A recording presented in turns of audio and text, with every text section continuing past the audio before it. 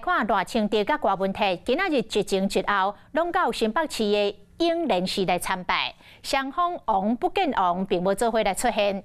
外界是正关心讲热清茶副手的人选。驻美国的代表萧美琴一直以来呼声拢真悬。热清茶接受到专访，讲伊的心中副手的人选有6个，女性较侪，男性较少，为科技业到文化界的人士拢有。其中萧美琴是上优先的人选，这款的讲法，热清茶讲伊同意。民进党主席郭文提则打造热清茶，随带党内议员来遮拜拜。两个人王不见王，热清茶来到新北路州永联寺拜拜。这个月底就要登记参选，热清茶接受专访，针对副手人选，各一摆讲出伊的想法。萧美琴小姐应该也是在优先名单的优先之上。呀，你可以这样讲。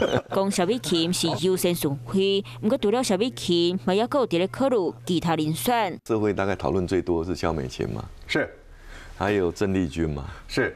另外呢，还有科技界的人士啊，其他领域像文化界的人，其实都有人推荐。非文化到科技各方人才着呼，热清茶讲名单内底大概有6个人左右，女性占多数，有查甫人选。萧美琴是你心目中第1名的副手人选吗？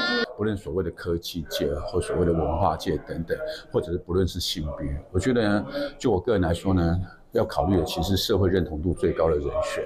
那就我理解呢，萧美琴这个大使基本上所获得的社会认同度相当的高。